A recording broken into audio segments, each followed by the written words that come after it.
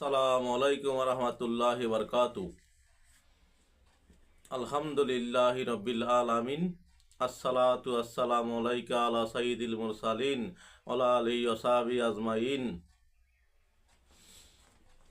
সম্মানিত বিওয়াস, মহান আল্লাহ তাআলার দরবারে লাখো কোটি শুকরিয়া এবং লাখো কোটি দুরূদ ও সালাম মানবতার দূত, উম্মতের কান্ডারি, সাফায়াতকারী, নূরে মুজাসসাম, সরকারে দো আলম, রসুলে পাক সাল্লাল্লাহু আলাইহি সাল্লামের উপর।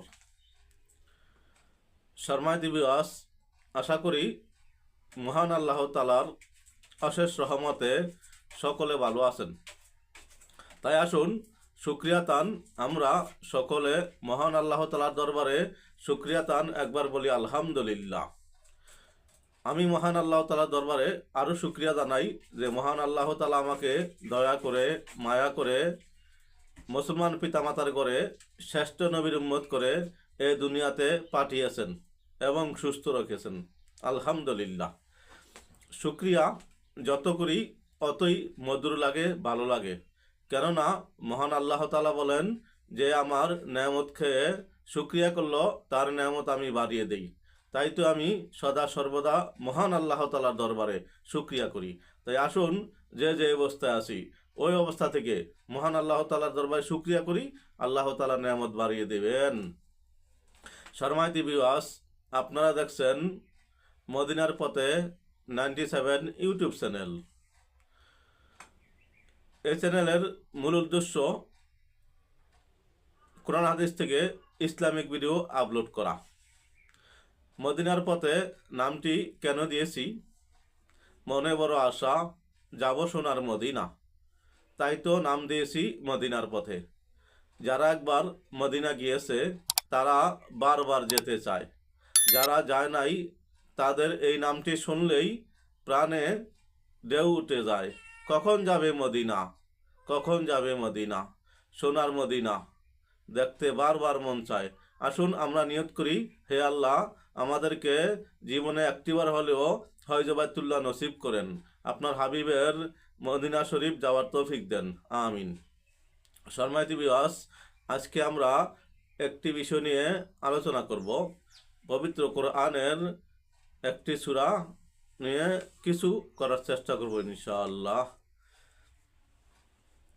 সূরা আল হিজর পবিত্র কোরআনের 15তম সূরা, যা মক্কায় অবতীর্ণ হয় এবং এটি কোরআনের 13 পারায় দেওয়া আছে, যার রুকু 6, যার আয়াত 99, 100 থেকে একটি কম। কি সুন্দর মিল দেখা যায় আমার মনে হয়। মহান আল্লাহ তাআলার নাম 99টি, এই পবিত্র সূরার আয়াতও 99টি হয়েছে। সুবহানাল্লাহ। এই পবিত্র সূরাতে মহান আল্লাহ তাআলা বিভিন্ন বিষয় নিয়ে আলোচনা করেছেন।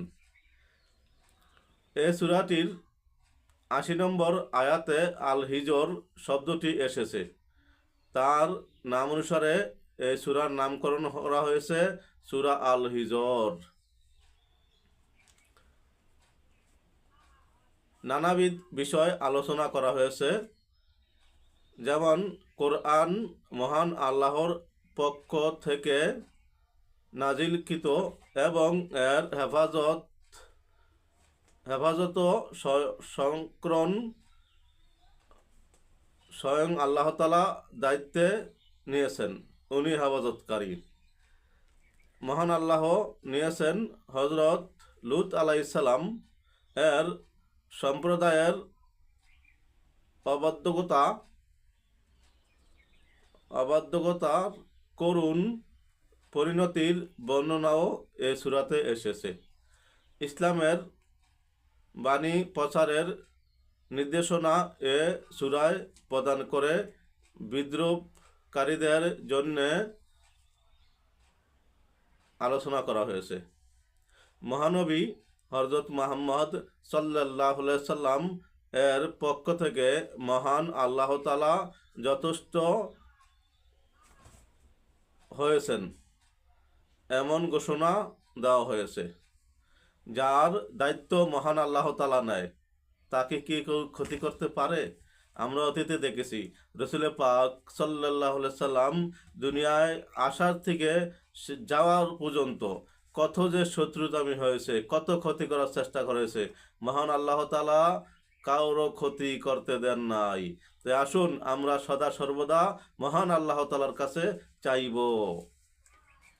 আল হিজর অর্থ পাথর। শিরকের কারণে হৃদয় কঠিন হয়ে যায়, পাথরের মতো শক্ত। আর জাহান্নামকে পূর্ণ করা হবে মানুষ আর পাথর দ্বারা। মানুষ আর পাথর দ্বারা জাহান্নামকে পূর্ণ করা হবে। হে আল্লাহ, আপনার দয়ায় আমাদেরকে এই জাহান্নাম থেকে বাঁচান। সকল মুসলমানকে আপনি হেফাজত করেন। এই পাথর কেঁদেছিল জাহান্নামের ভয় করে। হজরত মুসা আল্লাহ সাল্লামের ঘটনা অনেকে জানেন, মনে পড়ে গেল। হজরত মুসা আল্লাহ সাল্লাম রাস্তা দিয়ে যেতে যাচ্ছিলেন, শুনতেছে কান্নার শব্দ, কাউকে দেখতেছে না। হঠাৎ করে চেয়ে দেখলেন একটি পাথর অজর নয়নে কাঁদতেছে, পানি পড়তেছে। হজরত মুসা আল্লাহ সাল্লাম বললেন, হে পাথর, তুমি কাঁদো কেন? বলে, হে আল্লাহর পয়গম্বর মুসা, আমি কাঁদতেছি জাহান্নামের ভয়ে। তুমি জিজ্ঞাসা করো মহান আল্লাহ তাআলার কাছে, তুমি প্রতি দেখা করো, আমার জন্য জিজ্ঞাসা করো আমি কি জাহান্নামী না জান্নাতি। তো হযরত মুসা আলাইহিস সালাম আল্লাহ তাআলার কাছে আরজি পেশ করার পরে বললেন, এই পাথর এই কান্দার কারণে সে জাহান্নামে যাবে না। এবং এই ঘোষণা দেওয়ার পরে আরেকদিন মুসা আলাইহিস সালাম এই পথে যাচ্ছিলেন, আবারও কান্নার শব্দ, দেখলেন সেই পাথর কাঁদতেছে। বলে, হে পাথর, তুমি কাঁদো কেন? বলে যে, হে আল্লাহর পয়গম্বর মুসা আলাইহিস সালাম, আমার কান্দার কারণে আল্লাহ তাআলা আমাকে জাহান্নাম থেকে মুক্তি দিয়েছেন। এতে করে বোঝা গেল কান্না আল্লাহ তাআলার কাছে এতই পছন্দ, তাই আমি সারা জীবন কেঁদে যাব যেন আল্লাহ তাআলা আমার প্রতি রাজি খুশি থাকে। সুবহানাল্লাহ, কত সুন্দর ঘটনা। আজ আমরা মানুষ জাতি কোথায় আছি? অন্তর শক্ত হয়ে গেছে, পাথরের চেয়ে শক্ত। পাথর তো গলে যায়, মানুষের অন্তর অনেক সময় গলে, অনেক সময় গলে না। হে আল্লাহ, আমাদেরকে আপনি দয়া করে হেফাজত করেন, সকল প্রকার অকল্যাণ থেকে বাঁচান। সম্মানিত বিবাস, এই সূরাতে অনেক কিছু বর্ণনা আছে, অদম যতটুক সম্ভব করেছি। ভবিষ্যতে আল্লাহ তাআলা তৌফিক দেয় তো ইনশাআল্লাহ আরও জানব। আসুন আমরা নিজে কোরআন শিখি, ছেলে মেয়েকে কোরআন শিখাই, নিজে পড়ি, অপরকে পড়ার উৎসাহ দেই, নিজে নামাজ পড়ি, অপরকে নামাজের উৎসাহ দেই। সম্মানিত বিওয়াস, যদি অদমের ভিডিওটি উপকার মনে হয় তাহলে একটি সাবস্ক্রাইব করতে ভুলবেন না, শেয়ার ও লাইক করে অপর ভাইকে জানিয়ে দিতে ভুলবেন না। আপনার একটি শেয়ারের কারণে যে একটি নেক আমল করবে, সেই নেক আমলের নেকি মহান আল্লাহ তাআলা আপনাকে দিতে পারেন। তাই আসুন ভালো জিনিস বেশি বেশি শেয়ার করি। সকলের কাছে দোয়া আছে, সকলের জন্য দোয়া করে আজকে জন্য এখানেই শেষ করছি। আসসালামু আলাইকুম ওয়া রাহমাতুল্লাহি ওয়া বারাকাতুহু।